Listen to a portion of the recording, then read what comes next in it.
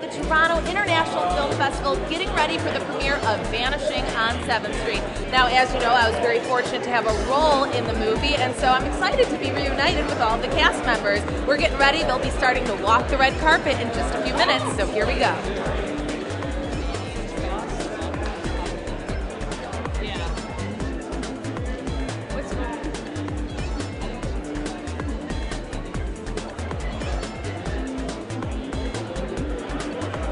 Actually, you know, it's one of my first movies, so I had a lot of fun. I learned a lot from everybody, and it made me feel really, really comfortable on the set.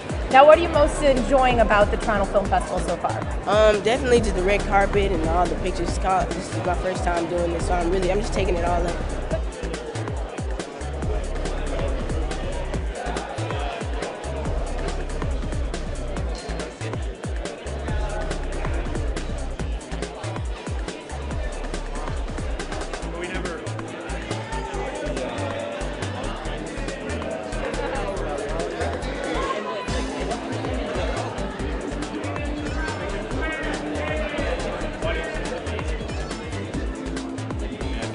I think there is a through line between my other films in the sense that characters are dealing with a sense of loss. In this sense, it's a much more, kind of epic, all-encompassing sense of loss. But it ultimately is still, the thing I think, like Transylvanian Machines, it's like these are genre stories, but they're driven by they're driven by characters, you know. I responded to the material. It was a character very different to anything I'd played, and a situation very different too.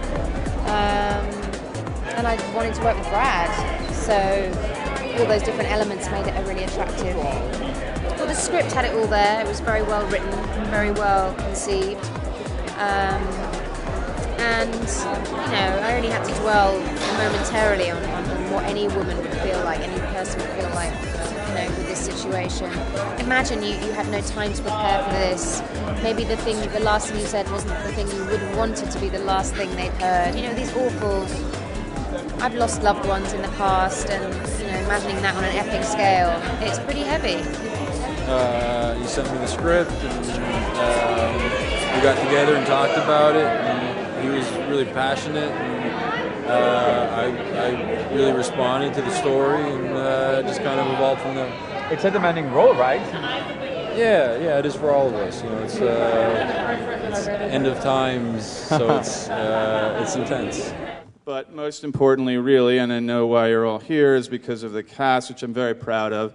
I'd like to bring them out here tonight, starting with Jacob Lattimore, who plays the kid.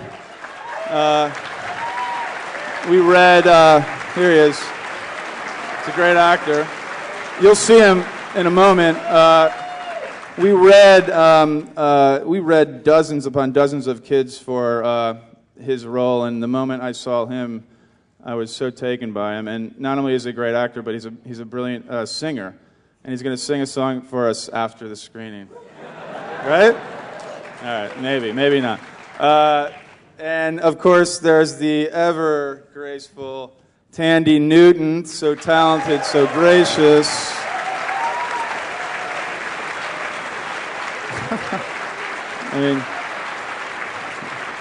And an incredible stamina. You'll see what she had to put up with.